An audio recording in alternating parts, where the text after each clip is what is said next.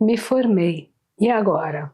Eu adoro essa expressão, olha só. Me formei, estou formado, né? A gente fala o tempo todo aqui, no nosso universo que é de psique, subjetividade, a gente fala do processo de formação de si mesmo. Como é que a gente se constitui subjetivamente, ou a formação do eu. A gente sempre usa, vamos dizer, esse termo, esse significante, formação.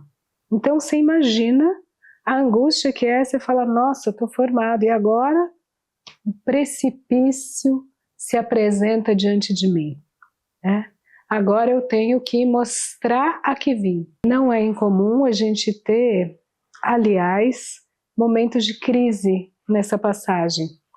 E vocês sabem, até fazendo um parênteses técnico aqui, que todos os episódios da nossa série, eles estão trabalhando com essas grandes passagens simbólicas do humano. É sobre isso a nossa série. Algo aconteceu. Tanto do informação para o formado, que é o nosso tema de hoje, quanto para aquele que eu estava trabalhando aqui nessa equipe, agora eu estou num lugar de destaque, olhar, conjunto do coletivo, que é o líder. Quem sou eu num outro lugar simbólico? Ou fui traído, ou virei mãe, ou me casei, enfim, né? Então, essa passagem simbólica pode sempre te colocar a pergunta. E agora eu tenho que dar conta de quem sou eu, do que eu quero, do que eu produzo, do que eu sou. E isso pode me angustiar, né? Isso pode ser difícil. Às vezes fica uma sensação difusa.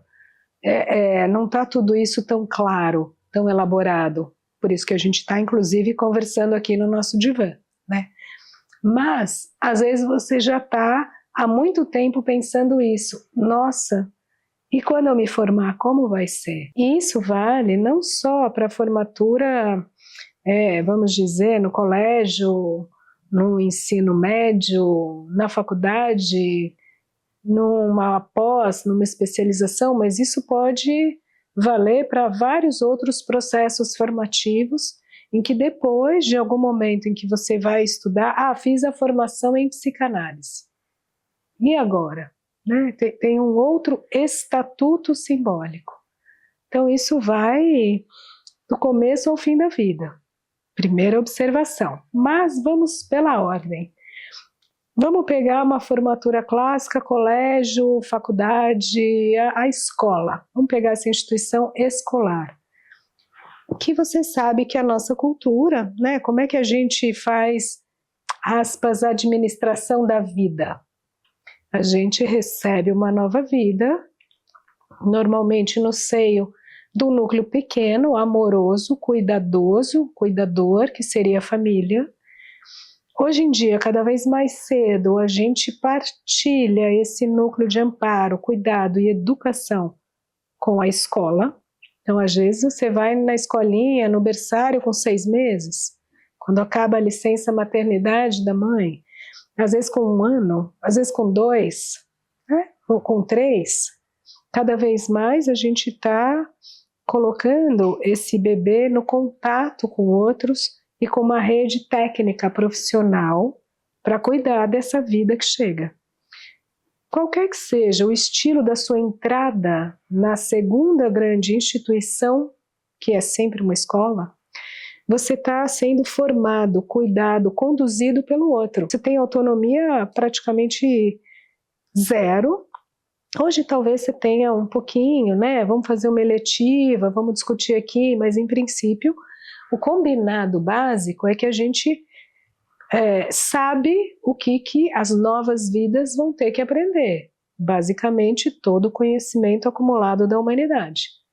Isso aí você pode ter uma lei geral, as diretrizes básicas, o que é que não pode faltar em língua portuguesa, matemática, biologia, né? Quais são, o que a gente já descobriu, nós como civilização humana. Então, eu tenho saber, eu sei o que é o conhecimento, eu sei o que é a verdade e você vai aprender E você, cada prova, cada trabalho, você vai mostrar para mim que você entendeu o que eu te falei. E você vai tirar 7, 8, 9, 10, 5, 2, no quanto você entendeu do que eu te falei, que é a vida. Certo? Então, o esquema dessa segunda grande parte da vida, grosso modo, dura 2 décadas, uns 20 e poucos anos. Você sai do pequeno núcleo familiar, você vem para o núcleo escolar. E aí, por que que essa formatura ela é bastante disruptiva? Porque não é agora o mestre, o grande outro que vai te falar o que você tem que fazer e o que você tem que saber. E a sua única função na escola, cá entre nós, gente, ela é bastante complexa, né? Porque não é fácil crescer, se relacionar, aprender, pensar, mas subjetivamente ela é simples, no sentido de que está muito claro quem não sabe, quem sabe. Está muito claro quem é o sujeito informação, que chama aluno, e quem é o sujeito formador, quem é o mestre, quem é aquele que tem o saber. As posições são assim. Mesmo que o professor seja super legal, vai tomar uma cerveja com os alunos, vai fumar um beck ali, não tira o fato de que ele sabe mais que você, porque ele já estudou, já se formou, está sendo pago para isso. Então, qual é o seu lugar simbólico e psíquico? Você não tem algo que o outro tem. O falo está no lugar do outro. Por que que é tão disruptivo?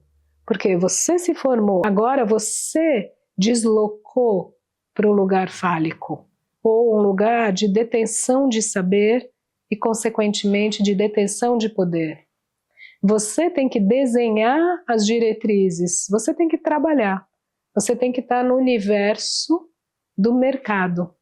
O mercado de trabalho é o clube adulto, é o clube,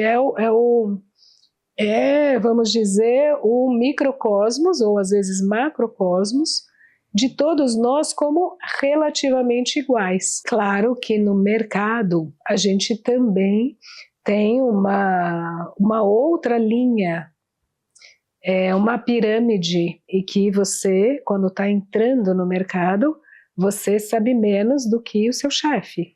E você vai galgar, pelo menos esse é o desenho imaginário de você ir subindo na carreira. A gente tem até esse verbo, né? Essa imagem da subida da carreira, da montanha.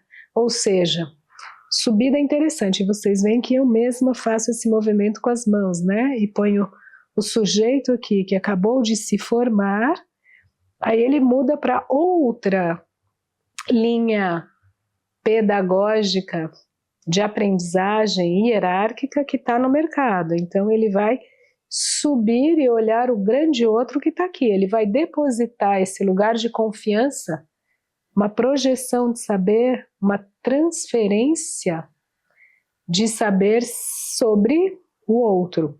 E o chefe 1, o chefe 2, o chefe do chefe, e assim vai. Então você vê que interessante. A gente tem toda uma cultura social que está pautada na ideia de tem sempre alguém que pode me ajudar, em quem eu vou me espelhar, no qual eu vou depositar, lembra a expressão do Lacan? Sujeito, suposto, saber. Esse é o lugar da transferência. Eu vou transferir para você o saber, então me diz o que eu faço, me dá palpite, me diga, me dê a linha. E, na verdade, o que a gente está descobrindo? Que esse grande outro, sobre o qual eu transferi poder e saber, na verdade não sabe tudo, e muitas vezes erra, e muitas vezes fala bobagem, e muitas vezes sacaneia, e enfim, tudo aquilo que é da vida. Aí a gente tem um outro tipo de crise, que é uma crise de confiança no lugar do grande outro, que não é o tema deste nosso episódio, mas que está coligado. Por quê? Porque agora é contigo, agora é com você, né? O que você vai fazer, o que você vai mostrar, o que você vai produzir a partir de tudo que você acumulou. E no diálogo com o outro, na troca com o outro.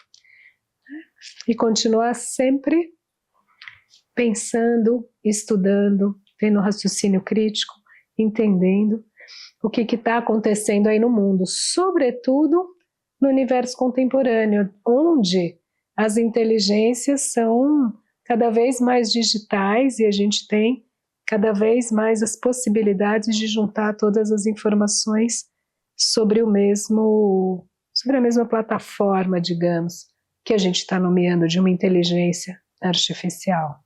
Qual é a sua inteligência? Qual é a sua parte orgânica, artificial, intelectual, afetiva, subjetiva? Boa sorte!